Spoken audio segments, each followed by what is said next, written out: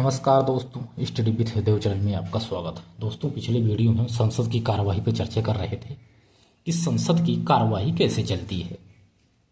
इस वीडियो में देखते हैं संसदीय प्रस्ताव संकल्प। संसदीय प्रस्ताव एवं संकल्प पर चर्चा करते हैं। प्रस्ताव देखा जाए तो कई प्रकार की प्रस्ताव होते हैं, 3-4 टाइप के।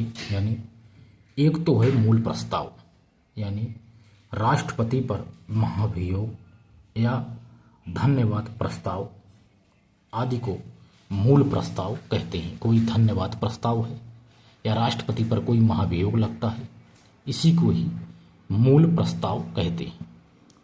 दूसरा है स्थानापन्न प्रस्ताव, यानी मूल प्रस्ताव के स्थान पर यदि कोई और प्रस्ताव रखा जाता है, इसी को ही स्थानापन्न प्रस्ताव कहते हैं, यानी एक स्थान से दूसरे स्थान पर।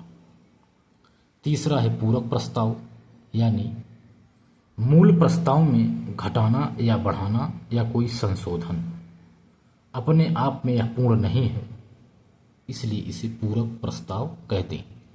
कोई प्रस्ताव है मूल प्रस्ताव, इसमें कुछ घटा दो, बढ़ा दो, संशोधन कर दो, आदि को ही पूरक प्रस्ताव कहते हैं। संकल्प क्या है? तो प्रस्ताव हुआ। संकल्प क्या है?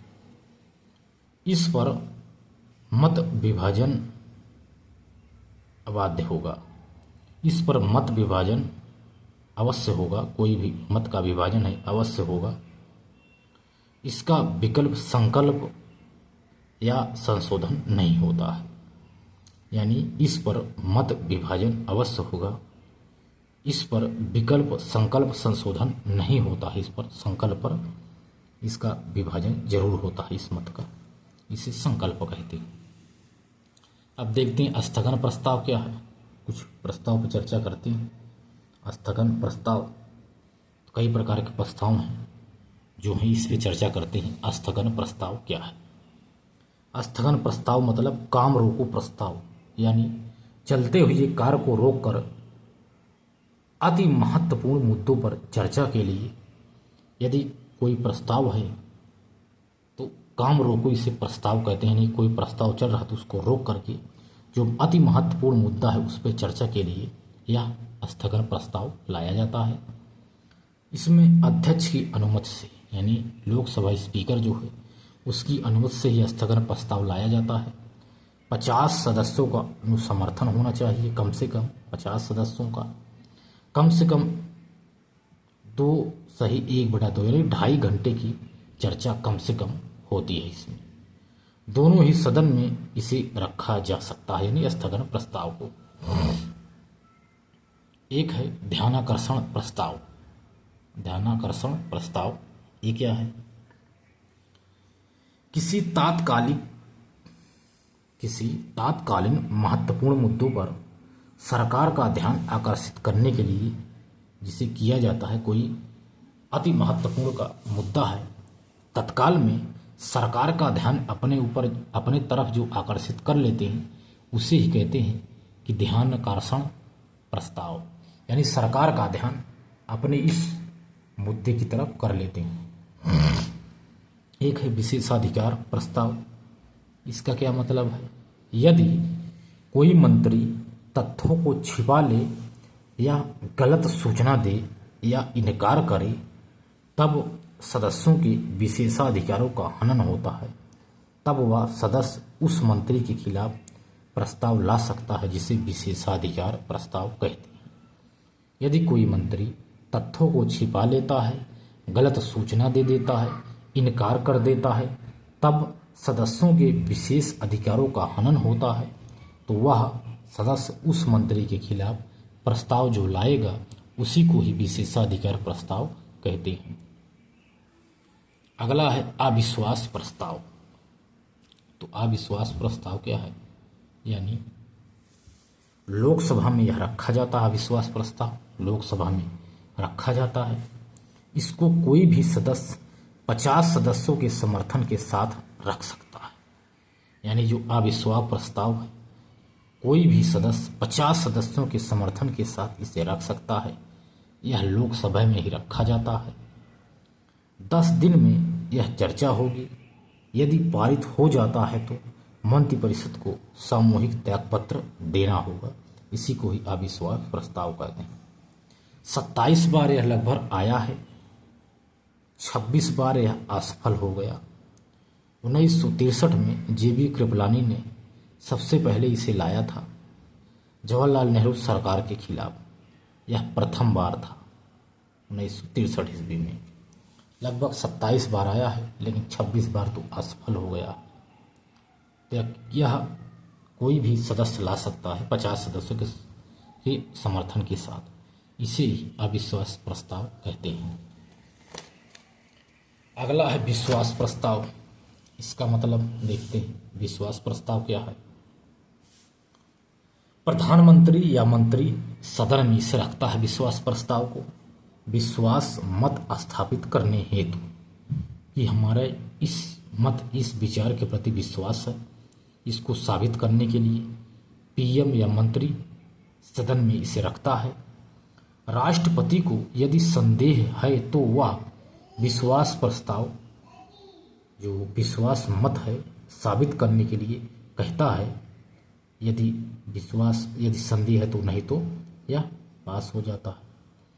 1979 में चौधरी चरण सिंह, 1990 में BP सिंह, 1997 में HD देवगौड़ा विश्वास मत हासिल नहीं कर पाए थे। इस समय तो सरकार इनकी नहीं बनी थी। इसी को ही विश्वास प्रस्ताव कहते हैं।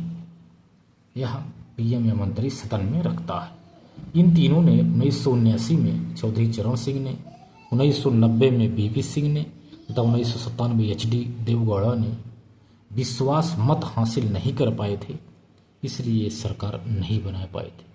यानी इसमें व्यक्ति को, राष्ट्रपति को यदि संदेह हो तो वह विश्वास मत साबित करने के लिए कह सकता है, नहीं तो यह विश्वास प्रस्ताव पारित होता है। यानी विश्वास मत साबित करने हेतु यह लाया जाता है।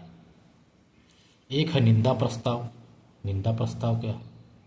यानी किसी मंत्री समूह मंत्रिपरिषद के खिलाफ यह लाया जाता है। किसी नीति योजना कार्य की निंदा करने के लिए आलोचना की जाती है।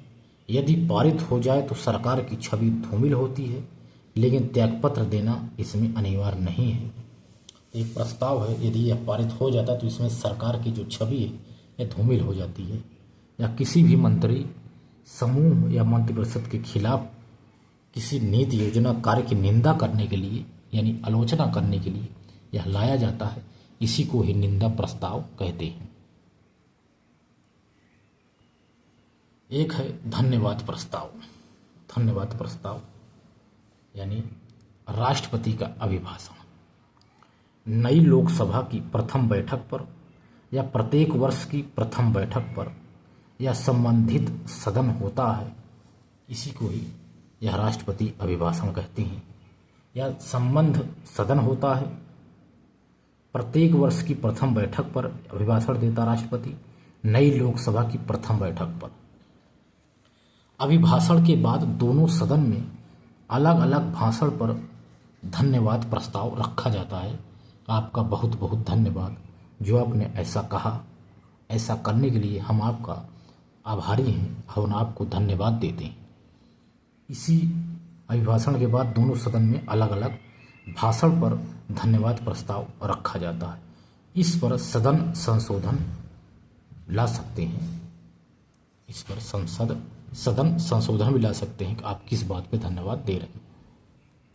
राज्यसभा यदि प्रस्ताव अस्वीकार कर दे तो सरकार की छवि धूमिल होगी, लेकिन लोकसभा अस्वीकार हो जाए तो सरकार गिर जाती है।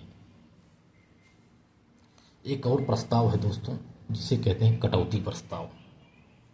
कटौती प्रस्ताव क्या है, इस पे देखते हैं। यानी वाद विश्वास समाप्त करने हेतु मतदान, यानी वाद विवाद। कटौती प्रस्ताव क्या है, मतलब एक तो है साधारण कटौती, यानी पर्याप्त चर्चा हो गई, अब इसको रोक करके मतदान कर देना, इसे ही साधारण कटौती कहते हैं।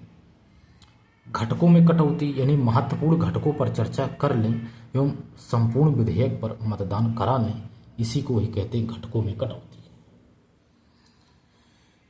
एक है कंगारू कटौती, यानी महत्वपूर्ण घटकों पर चर्चा एवं उन्हीं पर मतदान करा ले, शेष विधेयक स्वतः पारित कर दें, इसको कंगारू कटौती कहते हैं। एक है गिलोटिन। गिलोटिन कटौती क्या है, यानी मतदान से पहले किसी खंड पर चर्चा करने के लिए कहा जाता है, इसी को ही गिलोटिन प्रस्ताव कहते हैं। यह है कटौती प्रस्ताव दोस्तों। तो दोस्तों यदि हमारा चैनल सब्सक्राइब नहीं किए हैं, सब्सक्राइब कर लीजिए। यदि पढ़ाने का तरीका ठीक लगा हो आपको, ज़रूर सब्सक्राइब करिए, लाइक करिए, शेयर करिए दोस्तों। और आप लोग नोट्स ज़रूर बनाइए। नोट्स नहीं बनाएंगे तो बाद में आप भूल जाएंगे। जो ये पढ़ा रहे हैं पॉलिटी, इससे बाहर कहीं कुछ भी नहीं आएगा। चाहे पीसीएस हो, चाहे आरओ हो, कोई भी ऑल वनडे एग्जाम हो, जीएस में जो पॉलिटी का क्वेश्चन है, जो जितना हम दे रहे हैं मैटर, इससे बाहर कहीं नहीं आएगा। ये मेरा दावा है। आप लोग नोट्स ज़रूर बनाइए, घटना चक्र से हल करिए दोस्तों। तो दोस्त मिलते हैं और बेहतरीन क्लास में, तब तक के लिए धन्यवाद।